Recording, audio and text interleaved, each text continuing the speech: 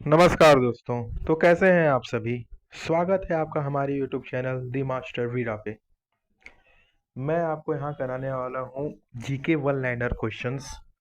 कुल 25 क्वेश्चन होंगे। ये अति महत्वपूर्ण क्वेश्चंस हैं जो आपके आने वाले प्रतियोगी परीक्षाओं में बहुत ही लाभदायक सिद्ध होंगे। तो चलिए स्टार्ट करते हैं। पहला क्वेश्चन, भारत के राष्ट्रीय गीत वंदे मातरम को सबसे पहले कब गाया गया था?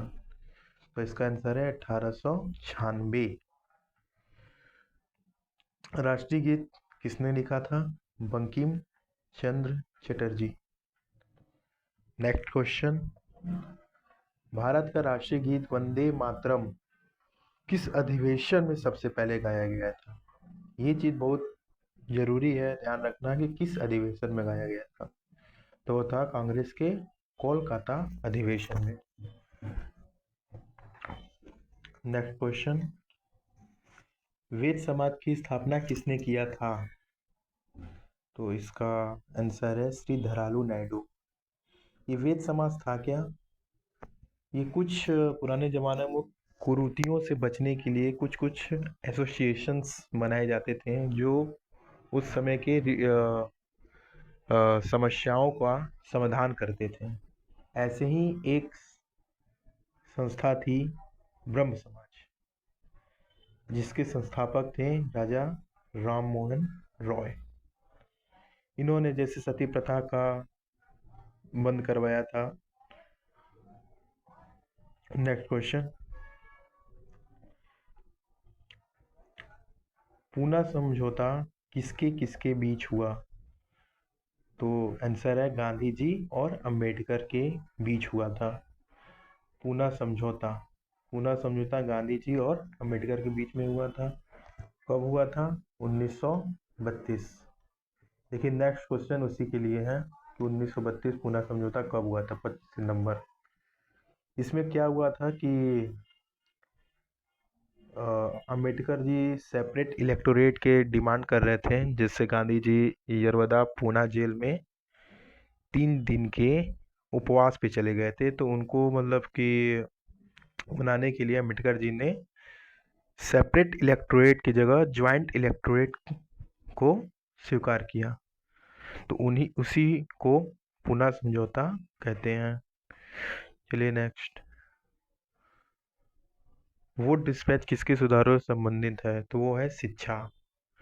वोट डिस्पैच कब आया था? 1854। ठीक है, ये कब आया था? किस वायसराय के? William Bentinck. कौन? William Bentinck. इसको याद रखिएगा कि विलियम बेंटिंग की तरह के कार्यकाल में 1854 में शिक्षा का वो डिस्पैच आया था। चलिए नेक्स्ट, किसके द्वारा लागू किया गया था?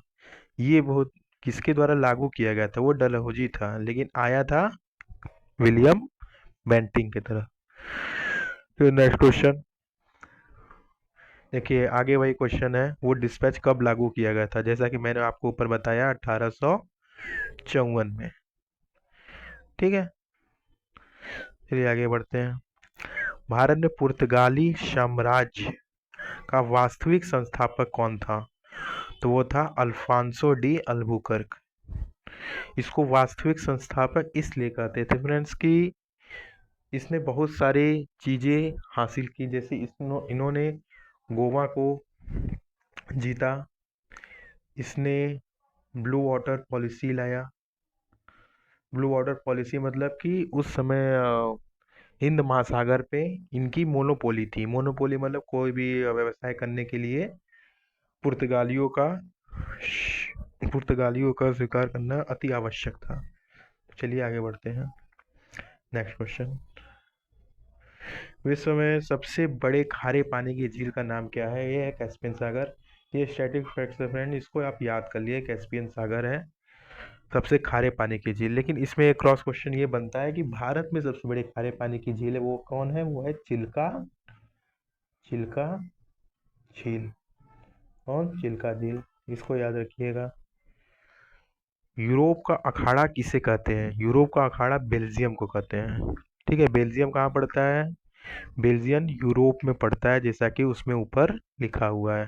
ठीक है फ्रेंड्स, सॉरी। चलिए आगे बढ़ते हैं। तो नेक्स्ट क्वेश्चन है, बाजरा उत्पादन में सबसे अग्रणी राज्य कौन सा है? तो आंसर है फ्रेंड्स राजस्थान। बाजरा, बाजरा क्या है? एक माइलेट है। माइलेट मतलब मोटा अनाज। इसको, ये बाजरा कौन सी फसल है? रबी की या खरीफ की या जायद की? तीन फसल होती है ना फ्रेंड्स। तो ये है आपकी खरीफ की फसल। ठीक है, चलिए आगे बढ़ते हैं। नागरहोल राष्ट्रीय उद्यान किस राज्य में स्थित है? तो ये देखिए कर्नाटक में है। नागरहोल किसके लिए प्रसिद्ध है?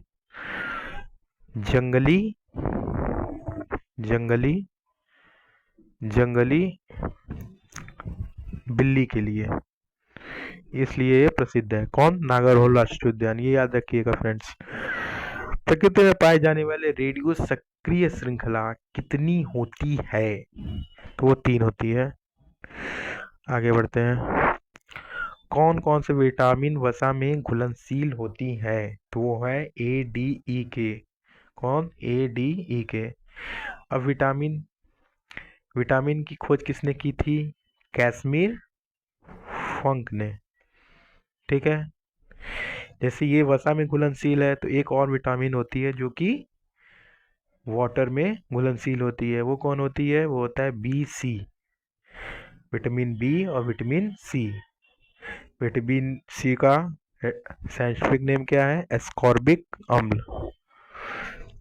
ठीक है फ्रेंड्स, आगे बढ़ते हैं।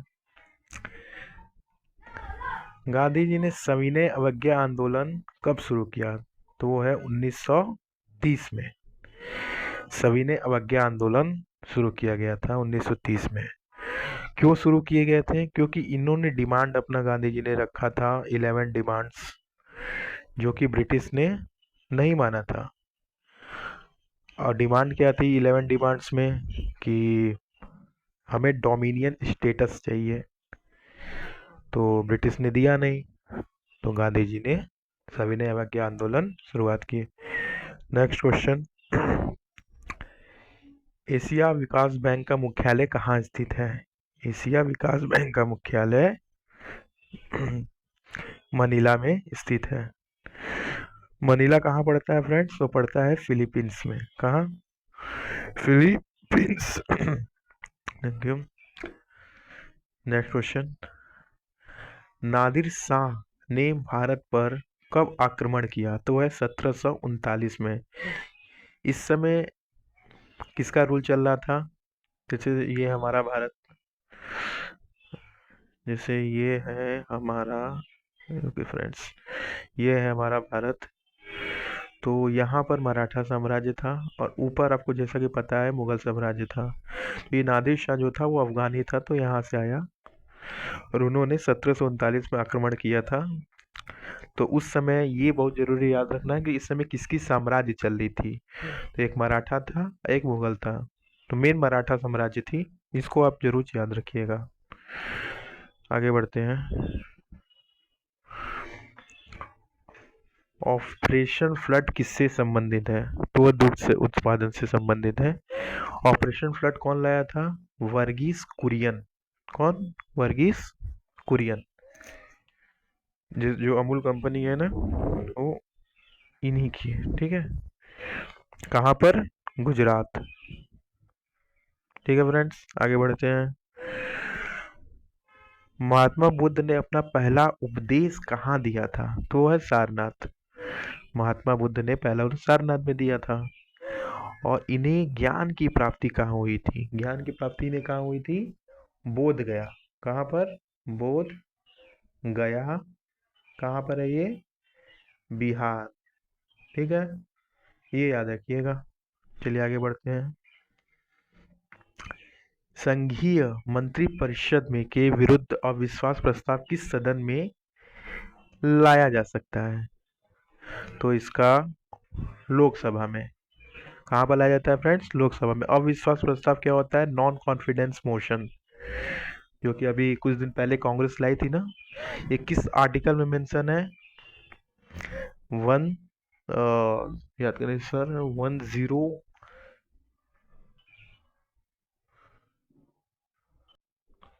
हाँ, लोकसभा में। चलिए फ्रेंड्स आगे बढ़ते हैं। एनोमीटर का उपयोग क्या मापने में किया जाता है? तो वो है पवन के वेग में।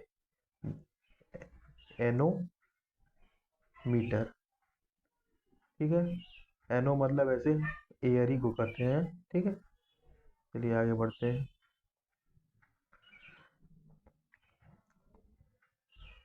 मानव के हृदय में कितने वॉल्व होते हैं? तो वो होते हैं 4।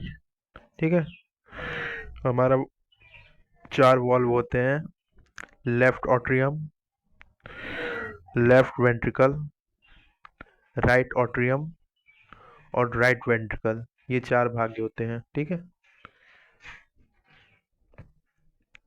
चलिए आगे बढ़ते हैं।